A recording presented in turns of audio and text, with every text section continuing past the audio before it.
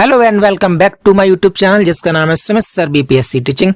दोस्तों आज मैं आपके लिए साइंस के आरआरबी ग्रुप डी में साइंस पोर्शन के प्रीवियस ईयर में पूछे गए कई महत्वपूर्ण क्वेश्चन लेके आया हूं जो कि रेलवे ने दोस्तों बार बार आपके पूछे हैं और जो कि आपके एनटीपीसी 10+2 और ग्रेजुएट और प्लस आपके आरआरबी ग्रुप डी के होने वाले एग्जाम में भी आपको ये वाले क्वेश्चन आपको देखने को मिलेंगे, क्योंकि विगत वर्षों में बार बार रेलवे ने दोस्तों साइंस के ये महत्वपूर्ण क्वेश्चन बार बार ही रिपीट किए हैं। तो दोस्तों चलिए क्वेश्चन को शुरू करते हैं।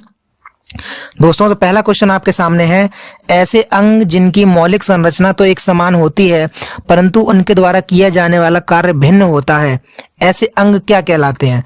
दोस्तों ऐसे अंग को हम लोग कहते हैं समजात अंग। दोस्तों ये क्वेश्चन कई बार रिपीट किया है साइंस के पोर्शन में, रेलवे के द्वारा कई बार ये क्वेश्चन दोस्तों पूछा गया है। दूसरा क्वेश्चन है, मानव के लिंग गुणसूत्र के कितने युग्म उपस्थित होते हैं? दोस्तों सिर्फ और सिर्फ आपके एक युग्म उपस्थित होता है, जैसे कि दोस्तों आपके 22+1 जो होता है यानी बराबर 23 होता है दोस्तों, 23 जोड़ी। ठीक है दोस्तों, ठीक है। चलिए दोस्तों आगे बढ़ते हैं।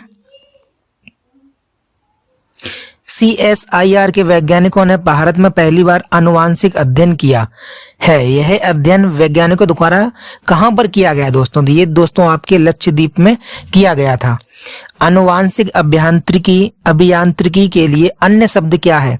दोस्तों जो आनुवांशिक अभियांत्रिकी के लिए अन्य शब्द प्रयोग किया जाता है दोस्तों वो आपका है पुनर्योगज DNA प्रौद्योगिकी। ठीक है दोस्तों, चलिए दोस्तों आगे बढ़ते हैं। किसका विकास का सिद्धांत हमें बताता है कि कैसे जीवन सरल से अधिक जटिल रूपों में कैसे विकसित हुआ है? दोस्तों एक वैज्ञानिक हुए हैं डार्विन, तो दोस्तों उनका जो विकास का सिद्धांत था उसका नाम था डार्विनवाद। दोस्तों उन्होंने उसमें बताया है कि हमारा जो जीवन है वो किस प्रकार सरल से जटिल फिर अधिक जटिल के रूपों में कैसे विकसित हुआ है। संयुक्त सूक्ष्मदर्शी से देखने पर मानव गाल की कोशिकाओं की स्लाइड और प्याज के छिलके की स्लाइड के बीच मुख्य अंतर क्या है? दोस्तों इसके बीच में मुख्य अंतर है कि प्याज के छिलके की कोशिकाओं में कोशिका भित्ति की उपस्थिति होती है और जो मानव का जो गाल है दोस्तों, क्योंकि मानव एक क्या है, मानव एक जीव है और जीव और पादप में यही अंतर होता है कि जो पादप होता है दोस्तों उसमें आपके कोशिका भित्ति की उपस्थिति होती है और जीव में उपस्थिति नहीं होती है। चलिए दोस्तों बढ़ते हैं। दोस्तों मैं आपको ये बात अच्छे से बता दूं कि ये जो मैंने क्वेश्चन आपको जो 100 क्वेश्चन मैं आपको आज इस PDF में कराऊंगा वह बार बार रेलवे के द्वारा दोस्तों पूछे गए हैं। ठीक है, तो आपको ये PDF में दिए गए पूरे के पूरे 100 क्वेश्चन आपको अच्छे से याद कर लेने हैं। ठीक है दोस्तों, निम्नलिखित में से किस कोशिकांग को कोशिका की आत्मघाती थैली के रूप में जाना जाता है? दोस्तों आप ये लाइसोसोम यानी लयन का है दोस्तों, लाइसोसोम को आत्मघाती थैली के रूप में दोस्तों जाना जाता है। किस अणु को कोशिका की ऊर्जा मुद्रा यानी कि पावर हाउस कहा जाता है? देखो दोस्तों, जो पावर हाउस है वो आपके माइटोकॉन्ड्रिया को कहा जाता है, लेकिन माइटोकॉन्ड्रिया में जो पावर जो बनती है वो दोस्तों किस फॉर्मेट में बनती है? तो दोस्तों वो आपकी ATP फॉर्मेट में आपकी बनती है। ठीक है, चलिए दोस्तों अगले प्रश्न की तरफ बढ़ते हैं। कोकस जीवाणु का आकार क्या है? तो दोस्तों जो कोकस से आपकी जो जीवाणु होता है उसका आकार है गोलाकार होता है। ठीक है दोस्तों, किस कोशिका अंगक को कोशिका का स्वामी कहा जाता है? किस कोशिका अंगक को कोशिका का स्वामी कहा जाता है? दोस्तों वो कहते हैं आपके न्यूक्लियस यानी कि केंद्रक। दोस्तों कोशिका में जो सबसे प्रमुख पार्ट होता है दोस्तों वो होता है आपके न्यूक्लियस यानी दोस्तों आपकी केंद्रक। ठीक है, चलो दोस्तों मैं आपको बताऊं, उस प्रक्रिया का नाम बताइए जिसके कारण अल्प पराशरी विलयन में रखे जाने पर जीवित कोशिकाएं आकार और आकृति में विस्तारित हो जाती हैं। तो गाइस उस प्रक्रिया का नाम है आपके परासरण की प्रक्रिया। दोस्तों परासरण की प्रक्रिया में क्या होता है कि जो अल्प पराशरी जो विलयन है उसमें जो जीवित कोशिकाएं होती हैं उनका आकार और आकृति दोस्तों क्या हो जाता है, विस्तारित हो जाती हैं आपके। उस प्रक्रिया का नाम है परासरण।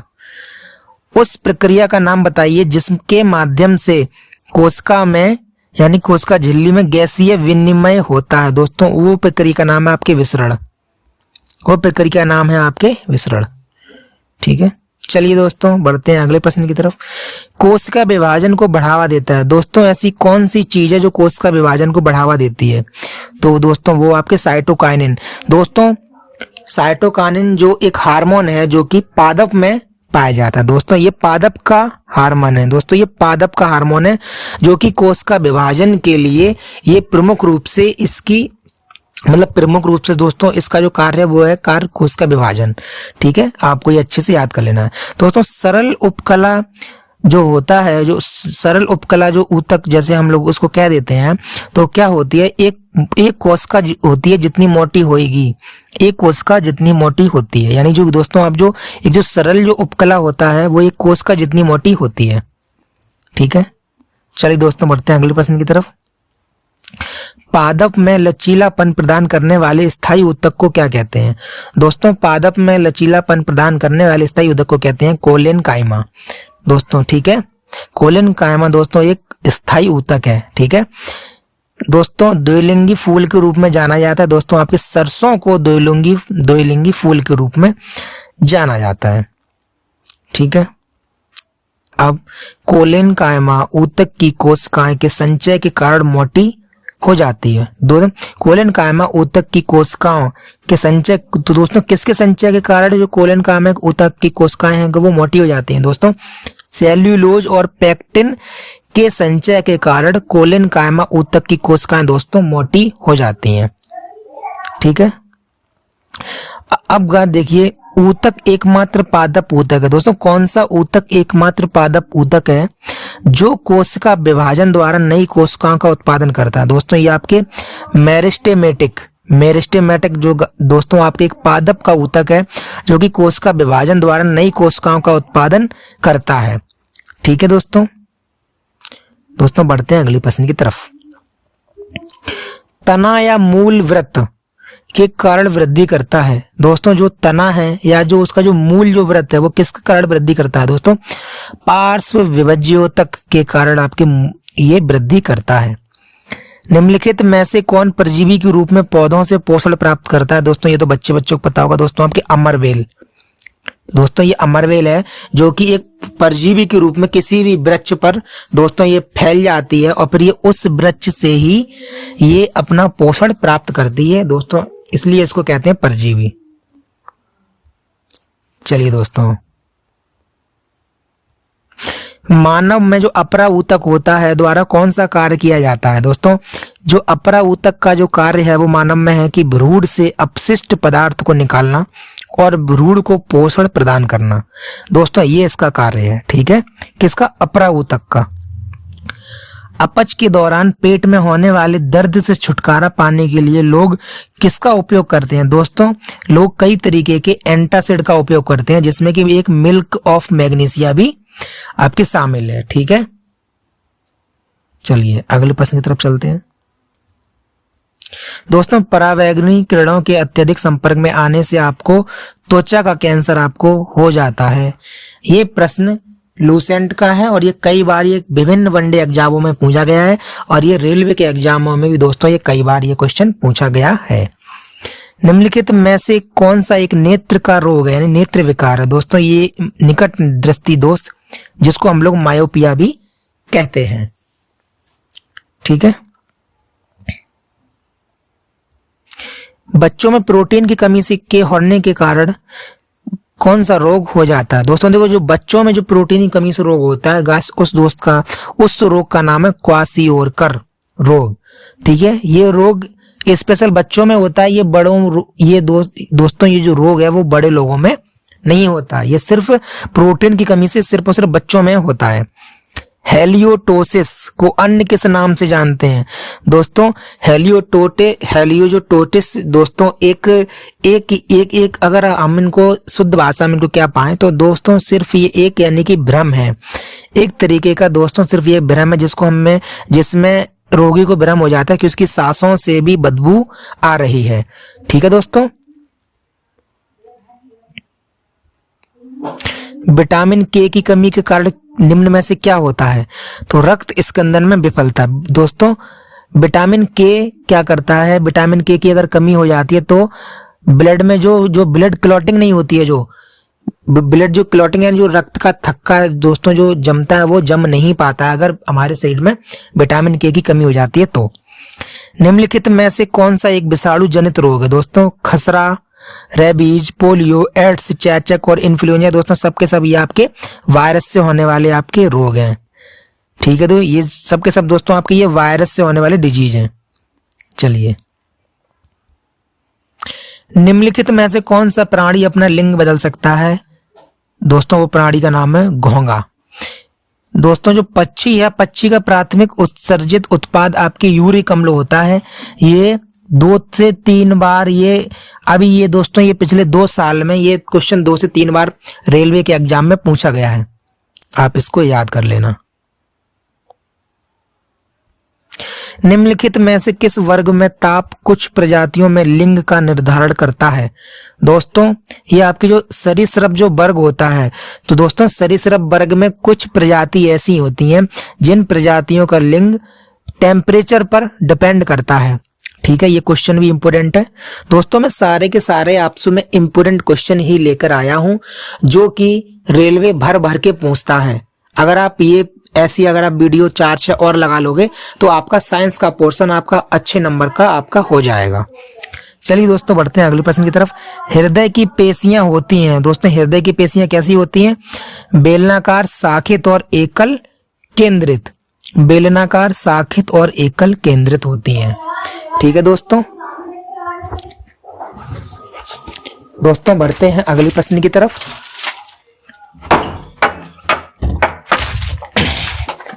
हाँ तो दोस्तों अगले प्रश्न की तरफ बढ़ते हैं। कार्टी अंग का संबंध किससे है? दोस्तों हमारे शरीर में एक अंग होता है कार्टी अंग, जो कि हमारे दोस्तों हमारे जो कान का जो हमारे जो सुनने की क्षमता होती है, कान का जो स्ट्रक्चर होता है उसी में एक छोटा सा अंग होता है जिसको कहते हैं दोस्तों कार्टी अंग।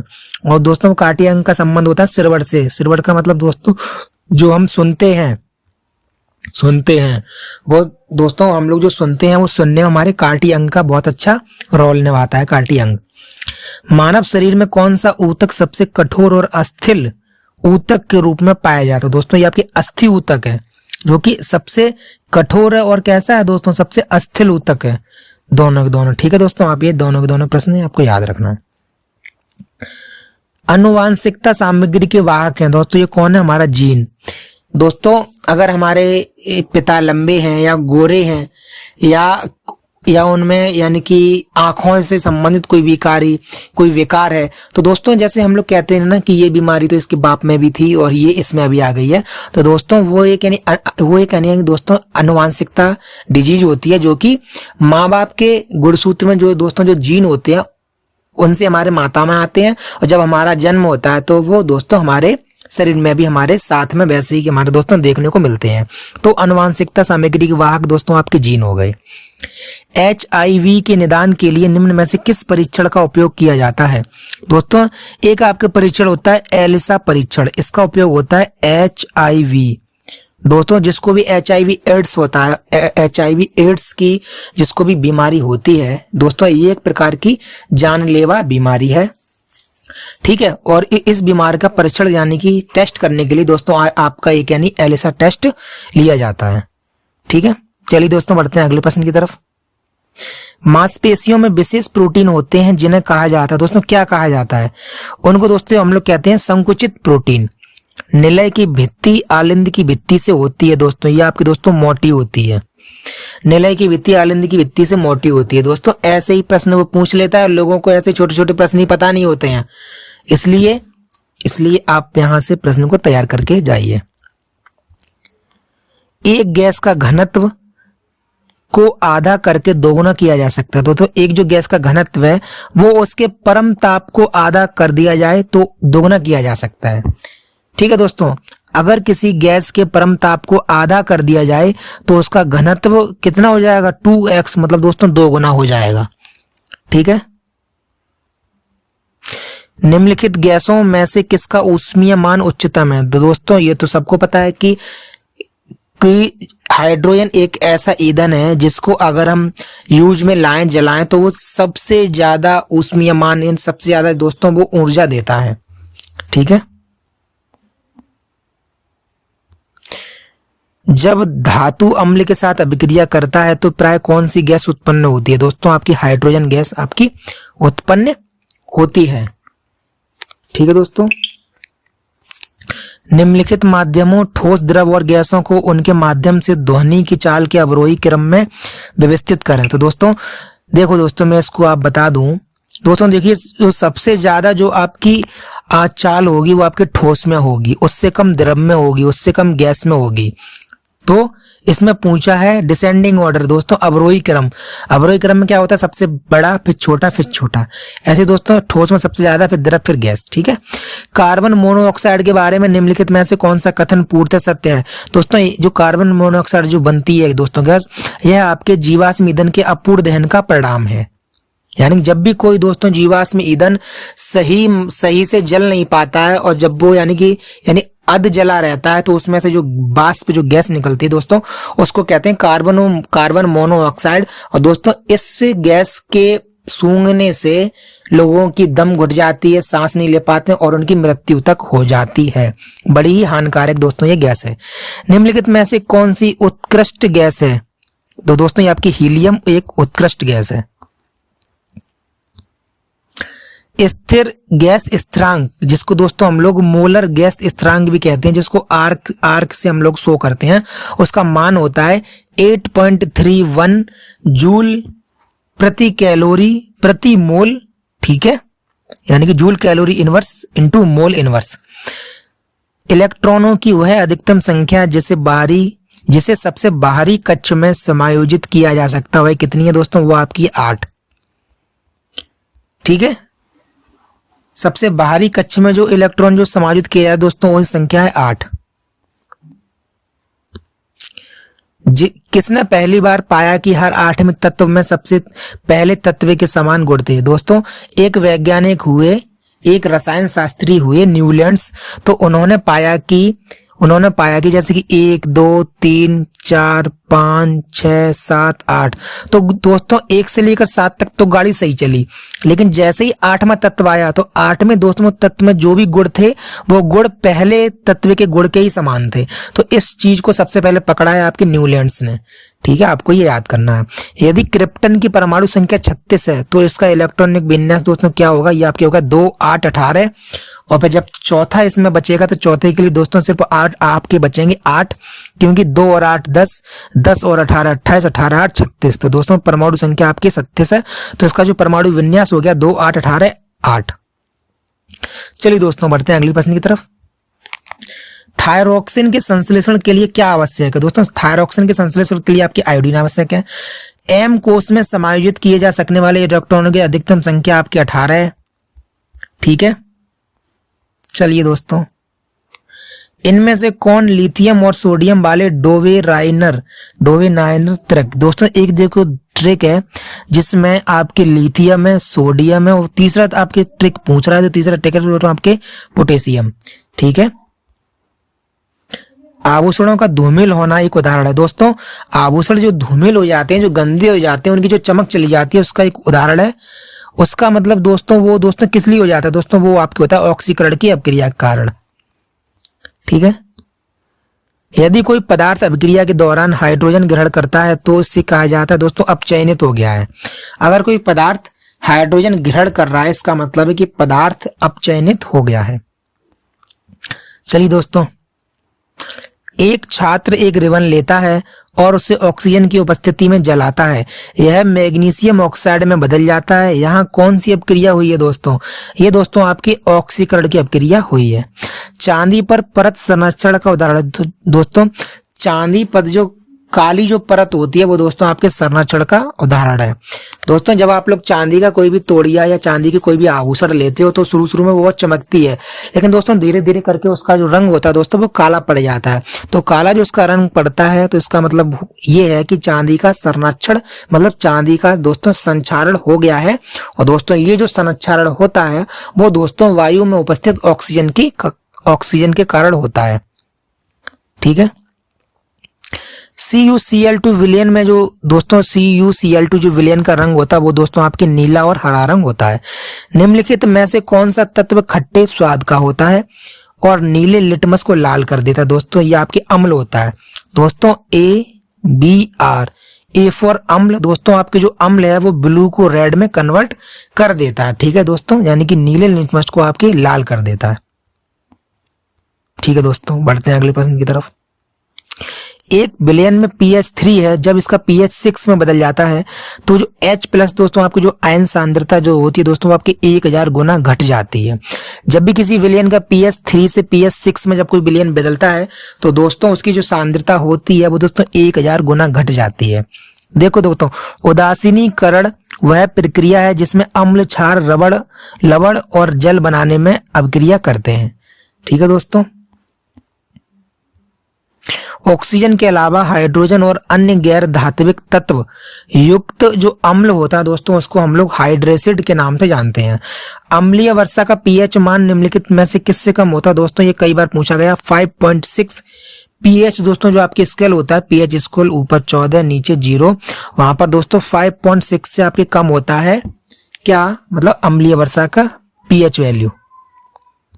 दोस्तों देखिए, विश्व स्वास्थ्य संगठन के अनुसार शीतल जल में जो CaCO3 यानी कि शीतल दोस्तों आपके जो कैल्शियम कार्बोनेट दोस्तों जो आपके होता है वो शीतल जल में कितना होता है दोस्तों? 0 से कितने मिलीग्राम प्रति लीटर पूछ रहा है तो दोस्तों आपके 0 से 60 mg, 0 to 60 mg तक आपके हो सकता है शीतल जल में कार्बन मतलब कैल्शियम कार्बोनेट। ठीक है दोस्तों, निम्नलिखित में से कौन सा सबसे अधिक विद्युत ऋणात्मक तत्व है? दोस्तों सबको पता होगी दोस्तों ये कौन सा तत्व है? फ्लोरीन।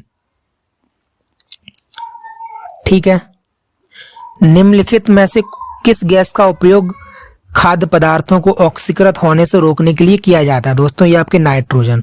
दोस्तों आपने देखा होगा कि हम लोग जब भी कोई हम लोग नमकीन लेते हैं, टकाटक लेते हैं, किसी भी हम नमकीन का पाउच दोस्तों किसी भी चीज का हम अगर पाउच लेते हैं तो आपने देखा होगा कि 5 रुपए में इतना मोटा पाउच मिल जाता है।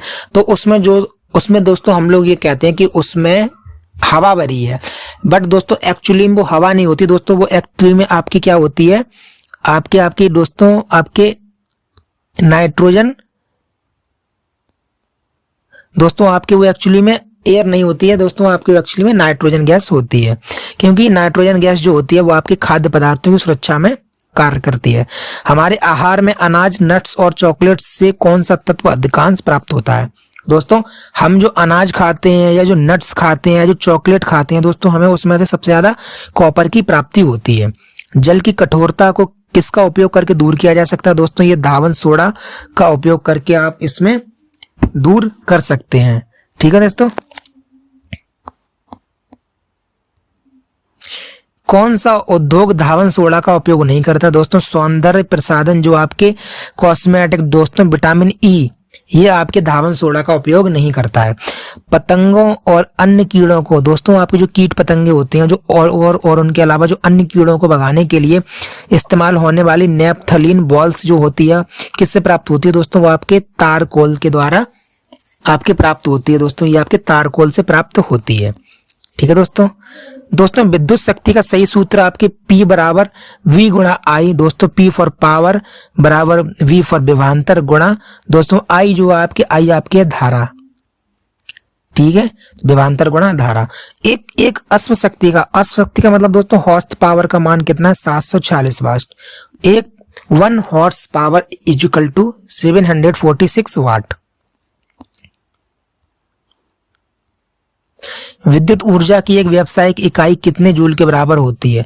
दोस्तों हम लोग जो अपने घर में जो इलेक्ट्रिसिटी जो मीटर लगा होता है दोस्तों उसमें जो ऊर्जा नापी जाती है दोस्तों उसको कहते हैं व्यावसायिक ऊर्जा। तो दोस्तों जो वो ऊर्जा जो होती है वो कितने जूल के बराबर होती है? तो एक जो व्यावसायिक इकाई जो होती है ऊर्जा की वो दोस्तों आपकी होती है 3.6 गुणा 10⁶ जूल, 3.6 गुणा 10⁶ जूल के बराबर होती है। स्व प्रेरकत्व की इकाई है दोस्तों ये आपकी हेनरी होती है, स्व प्रेरकत्व की इकाई होती है हेनरी। चलिए दोस्तों, गोलाकार गोलक के भीतर एक कण पर गुरुत्वाकर्षण बल कितना होता है? दोस्तों ये आपके 0 होता है।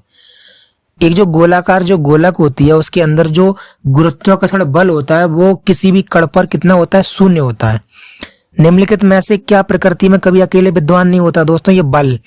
दोस्तों बल जब तक अकेले विद्यमान नहीं होता कभी भी, क्योंकि बल वह फोर्स है जो एक किसी दूसरे पर लगाता है। तो दोस्तों ये कभी भी अकेले विद्यमान नहीं हो सकता। इनमें से किस भौतिक विज्ञानी ने उत्प्लावक बल के अस्तित्व की व्याख्या की? दोस्तों ये थे आपके आर्किमिडीज।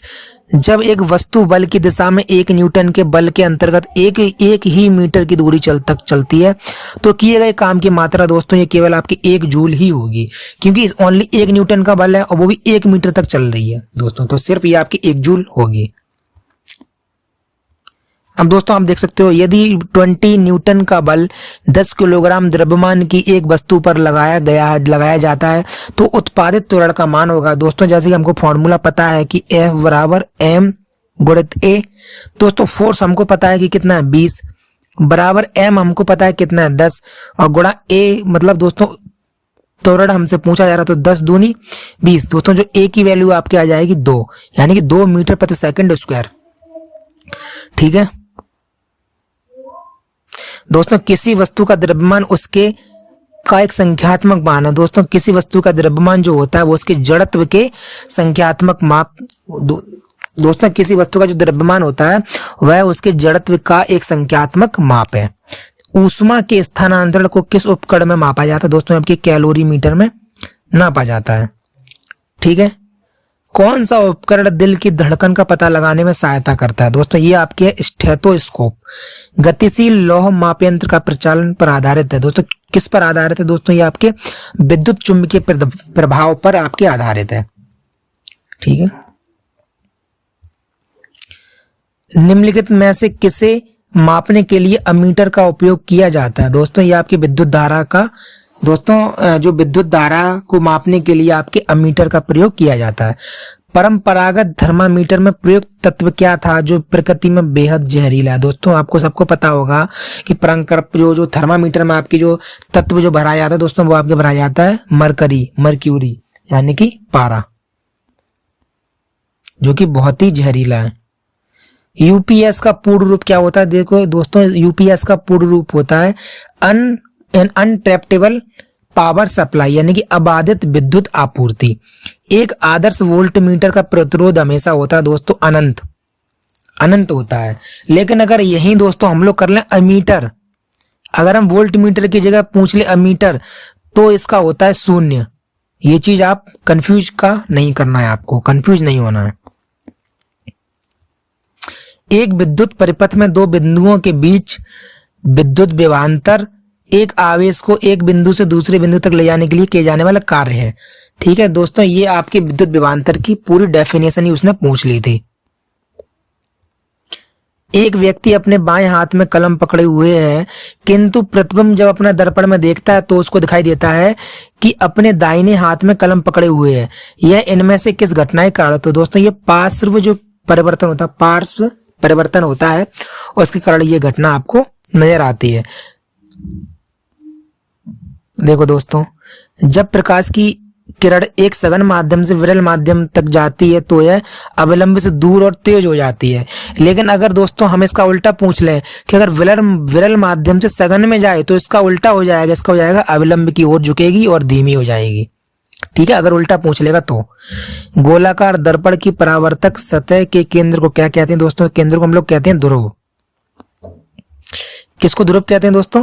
गोलाकार दर्पण के परावर्तक सतह के केंद्र को हम लोग क्या कहते हैं? ध्रुव कहते हैं।